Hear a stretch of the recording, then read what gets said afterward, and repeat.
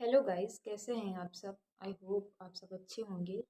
और ये अगर आप सीए कर रहे हैं और आपको ऐसा फील हो रहा है, आपको ऐसा बहुत लो फील हो रहा है, या फिर आपको लग रहा है कि सब अपनी ज़िंदगी में आगे बढ़ गए, किसी ने एग्ज़ाम क्लियर कर लिया, मेरा एग्ज़ाम क्लियर नहीं हुआ, मैं बहुत ही यूज़लेस हूँ, सोसाइटी का प्रेशर होता है, घर वालों का प्रेशर होता है, उसके बाद इतना बड़ा सिलेबस। सीए एक कोई छोटा प्रोसेस नहीं है, सीए बनने का बहुत बड़ा प्रोसेस है।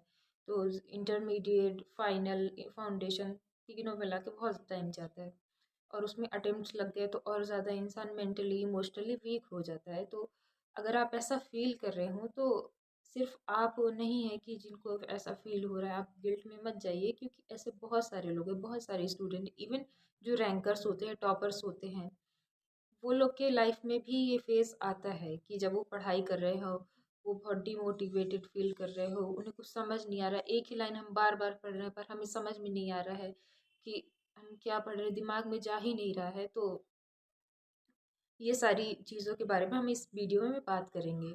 आपने देखा होगा कि आप इंस्टा इंस्टा पे देख रहे होंगे कि हमारे स्कूल फ्रेंड्स हैं, वो घूम रहे हैं, अपनी लाइफ एंजॉय कर रहे हैं, या फिर कोई एग्ज़ाम दे रहा है तो उसका क्लियर हो गया, वो अच्छी नौकरी पे है। ये सारी चीज़ें देख के हमारे मन में डाउट आता है कि क्या ये मेरे लिए है, क्योंकि मेरा अटेम्प्ट लग रहे हैं, मेरा क्लियर नहीं हो रहा है, तो क्या मुझे सीए क्विट करना चाहिए। और कभी-कभी ऐसा हो जाता है कि हमें पढ़ाई कर रहे हैं, हमें कुछ समझ में नहीं आ रहा है। एक ही लाइन को हम बार-बार पढ़ रहे हैं, पर हमें समझ ही नहीं आ रहा है कि हम इतने स्ट्रेस में चले जाते हैं। अटेम्प्ट्स का इतना प्रेशर होता है कि कोई एक बच्चा है, तुम्हारा फ्रेंड है, उसका एक अटेम्प्ट में हो गया। तुम हो, तुम्हारा एक अटेम्प्ट में नहीं हुआ। तो तुम्हें बहुत गिल्ट फ़ील होता है, घर वालों का प्रेशर होता है। तो ये सारी चीज़ों कोई पहली बार तुम्हारी ज़िंदगी में आ नहीं रहा है। ये तुम बस ऐसे स्टूडेंट नहीं हो जिसकी लाइफ में ये आ रहा है।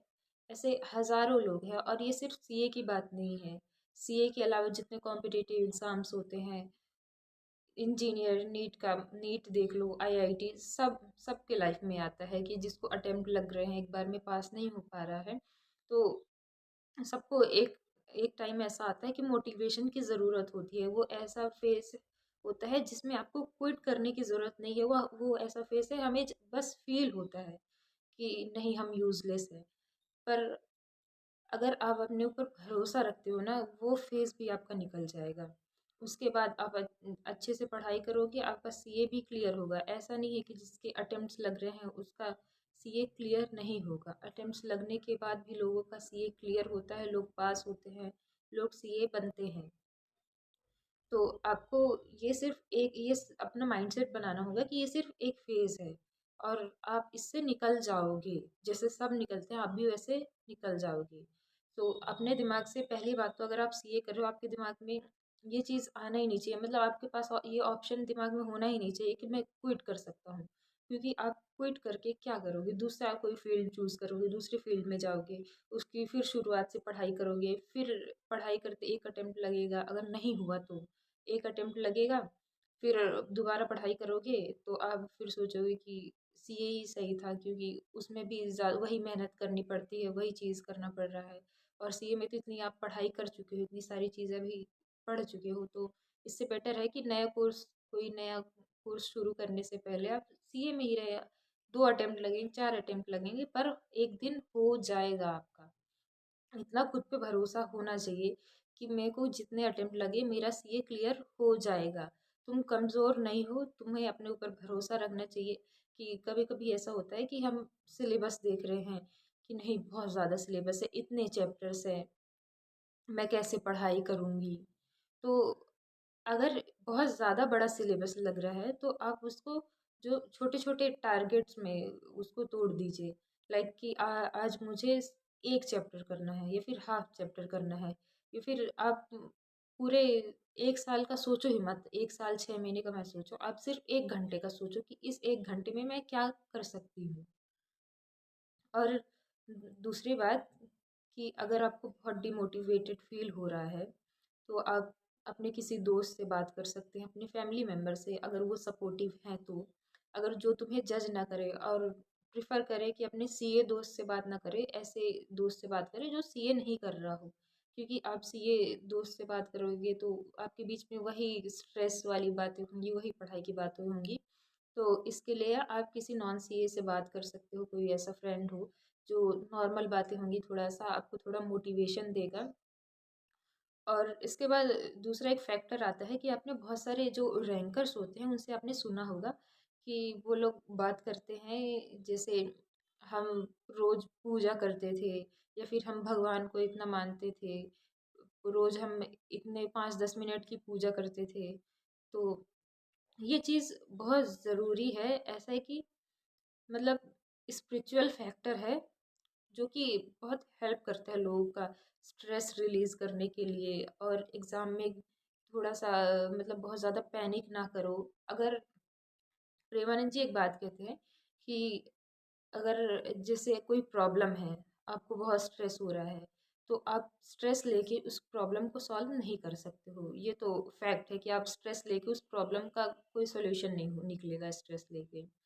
और दुनिया में ऐसा कोई इंसान नहीं है जो आपकी सारी प्रॉब्लम्स ठीक कर दे। लाइक आप जिसको बता दो और वो आपकी सारी प्रॉब्लम्स ठीक कर दे रहा है सिर्फ मतलब कुछ करके बताने से ठीक कर दे रहा है, तो ऐसा तो कोई इंसान है नहीं। ये तो सिर्फ वही है, भगवान है आपके जो आपकी हेल्प कर सकते हैं, एक्चुअली में आपकी हेल्प कर सकते हैं। और ये एक अंधविश्वास नहीं, ये एक ट्रूथ है कि अगर आप उन पे बहुत ज़्यादा भरोसा करते हो भगवान के ऊपर, तो वो आपकी हेल्प करते ही करते हैं। उसके लिए आपको बहुत ज़्यादा पूजा, बहुत ज़्यादा संन्यास लेने की ज़रूरत नहीं है। आपको बस दिन में अगर टाइम मिले सुबह 5 मिनट, बस आप 5 मिनट उनकी थोड़ी पूजा कीजिए और उन पे भरोसा रखिए कि वो जो करेंगे आपके साथ जो भी होगा अच्छा होगा। तो ये एक फैक्टर है जो कि मुझे बहुत हेल्प किया है कि स्ट्रेस है कैसे हैंडल करने के लिए। और एग्ज़ाम में बहुत स्ट्रेसफुल एनवायरनमेंट हो जाता है जब हम एग्ज़ाम देने जाते हैं, एग्ज़ाम में बैठते हैं, पेपर देखते हैं, तो मतलब पेपर में क्वेश्चन पढ़ते हैं, हमें क्वेश्चन नहीं आ रहा है तो हम बहुत स्ट्रेस में चले जाते हैं, उस वजह से पूरा पेपर ख़राब करते हैं। तो ये स्पिरिचुअल फैक्टर मेरे को एग्ज़ाम देने में बहुत हेल्प किया था। अभी मैंने ग्रुप 2 का एग्ज़ाम दिया है, अभी जैन वाला अटेम्प्ट। तो इसमें मुझे बहुत हेल्प किया है इस चीज़ ने।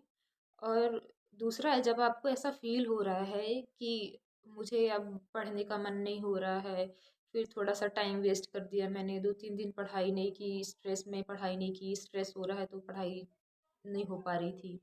तो आप एक काम करें कि आप इतना पढ़ने का स्ट्रेस ना लें, इसकी जगह 1 दिन का ब्रेक ले लो तुम। 1 दिन का ब्रेक लेने से थोड़ा-सा माइंड रीसेट होगा और मतलब थोड़ी फिजिकल एक्सरसाइज वगैरह करना चाहिए ताकि आपका जो स्ट्रेस रिलीज होगा।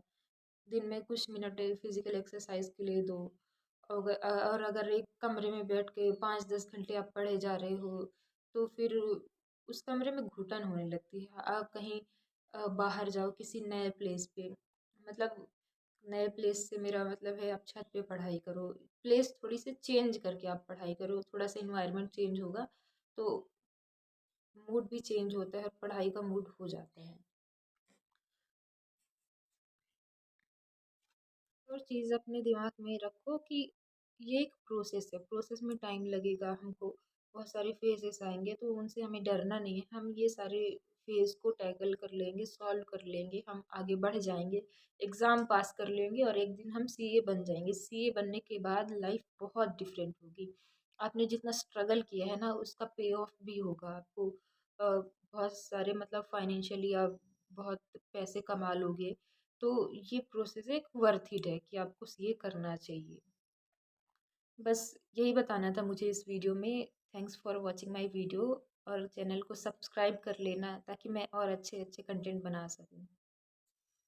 नेक्स्ट थिंग इज़ कि मतलब ये मेरा पर्सनल ओपिनियन है, ऐसा ज़रूरी नहीं कि आप भी करें।